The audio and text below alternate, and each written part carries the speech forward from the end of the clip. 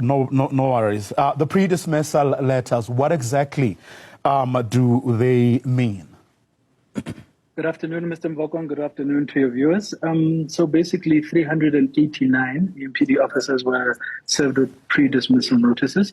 And what it basically means is that they have 48 hours to prepare themselves, and they will be attending disciplinary hearings where they'll have to explain as to why they should not be dismissed. But in this current point in time, they have been suspended, which means that the council-owned equipment they use to do their job, including vehicles, firearms, and access to various council buildings have been confiscated. And we'll await to see what the outcome of the disciplinary hearings are. Do we know how many of them are unionized? I cannot confirm that number, but I can get back to your producer with that number shortly after this interview. Now, what avenues do they have, though, to appeal their case? As per your question, some members might be unionized. They can consult with their union reps.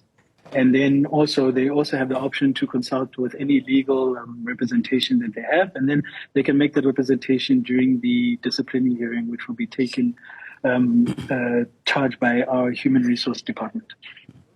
Now, the strike, may have been illegal as far as you are concerned as the city. But do they have valid grievances when it comes to working conditions and salaries?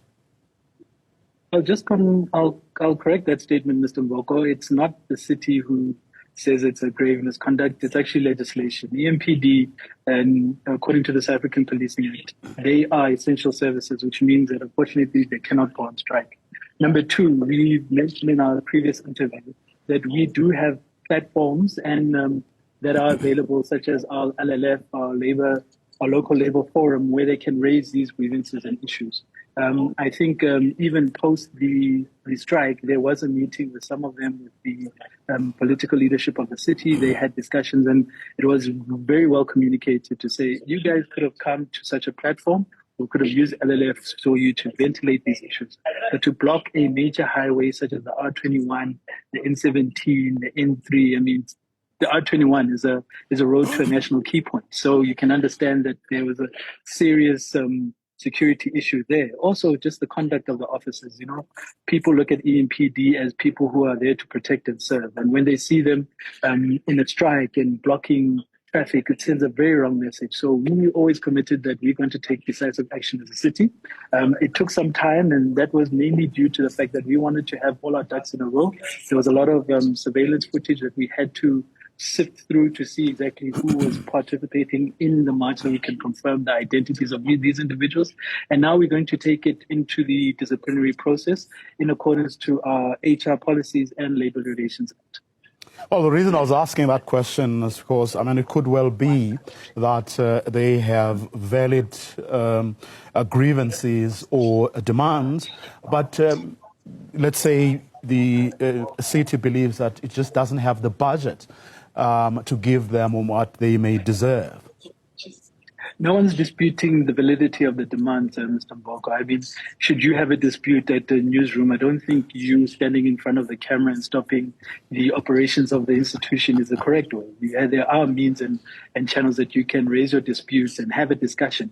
Because at the end of the day, we have to have a mutual arrangement with our employees as a city, and that includes respectful and proper engagements where we can see eye to eye and find a common ground. But we do not believe that the actions that they took were fit and proper. They were out of legislation. And as such, unfortunately, there has to be consequences. Phakamile Mbengashe, thanks very much for your time. He's, of course, the spokesperson for the city of Ekurhuleni. About 389 Ekurhuleni Metro Police officers now at risk of losing their jobs following them embarking on a strike last month. Those are the live visuals of them, letters in hand, those pre-dismissal letters that they have now been given.